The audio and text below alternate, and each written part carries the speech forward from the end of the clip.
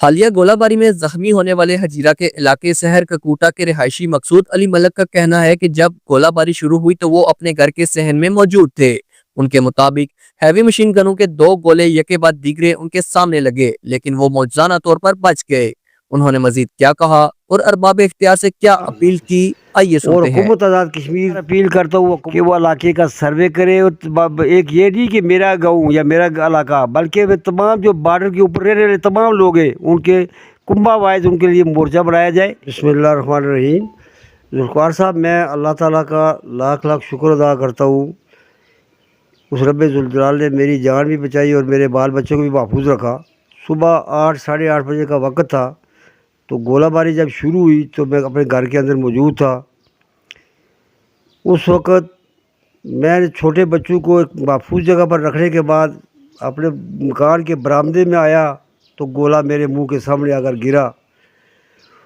اس وقت یہ پوزیشن کہ ایک گولہ گرا، اس نے میرے مکان کی پردی کو کھیڑا، دوسرا آیا اس نے اس کو سوراخ کیا، لینٹر کو پھاڑا، اور اس کے بعد مجھے کوئی پتہ نہیں کہ کیا ہو میرے سامنے ہو گیا، دھواں ہی دھواں اٹھ گیا۔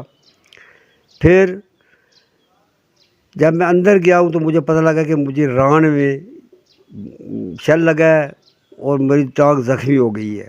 اس کے بعد مجھے گھر والوں نے مرہم پٹی کی اور اس کے بعد مجھے ہجیرہ THQ میں لے گئے۔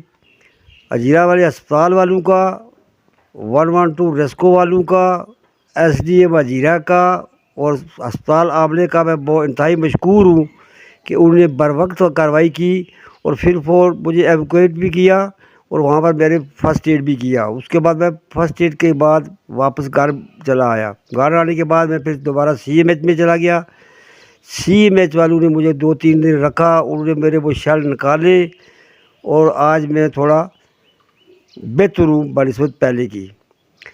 بہرحال میری ایک التجا ہے حکومت آزاد کشمیر کی، سب سے پہلے تو میں ان شہداء کا، ان غازیوں کا اور ان زخمیوں کا سب کے لیے اللہ تعالیٰ کا دعا خیر کرتا ہوں کہ یا اللہ جو شہید ہو چکے ان کو اللہ تعالیٰ اجر نصیب کرے، اور جو زخمی ہے یا اللہ ان کو جلدی صحت کاملہ عطا کر۔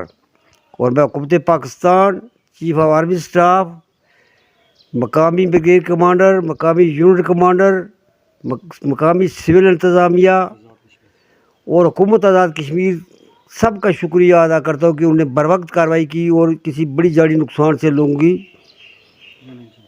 محفوظ رہے۔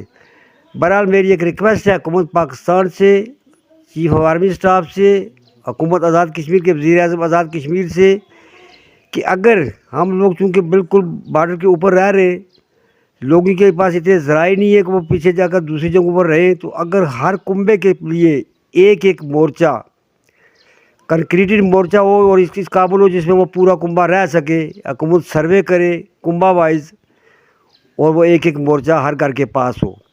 پھر ایک چھوٹی سی ڈسپنسری جس طرح مدارپور ہے، مدارپور خاص اور مدارپور کے 2 حصے، ایک مدارپور سواس اور ایک مدارپور خاص، اگر وہاں پر 2 ڈسپنسری چھوٹی چھوٹی بنائی جائے اور ان میں ایک ایمبولینس ہو۔ اسی طرح سیر جس کے ساتھ کھڑائی کالونی بھی ہے، یہاں پر ایک چھوٹی سی ڈسپنسری ہو تاکہ بر وقت لوگوں کو فرسٹ ایڈ مل سکے، تو فرسٹ ایڈ مل سکے جس سے وہ لوگ بر وقت ان کی جان بچائی جا سکے۔ تو میری حکومت آزاد کشمیر سے یہ اپیل ہے کہ وہ ان بارڈر کے لوگوں کے لیے جیسا دھرمسال ہے، مینڈلہ ہے، تیتری نوٹ ہے، جتنے بھی لوگ مدارپور ہے، سیر ہے، کھڑائی کالونی ہے، لوئر کھڑائی میں اب جو بندہ شہید ہوا ہے صحیح مقصود نامی، اب وہ کتنی دور جگہ تھی لیکن آج کی اس لڑائی میں وہ وہاں پر محفوظ رہا، اس کی ہاتھ پاؤں بھی کاٹے گئے۔ تو لہٰذا میں یہی ایک اپیل کرتا ہوں کہ جن لوگوں کو مالی نقصان ہوا یا جانی نقصان ہوا، حکومت کے پاس تو اتنے ذرائع نہیں ہیں لیکن کم از کم ان کی حوصلہ افزائی کے لیے کچھ نہ کچھ وہ کرے۔ والسلام، شکریہ۔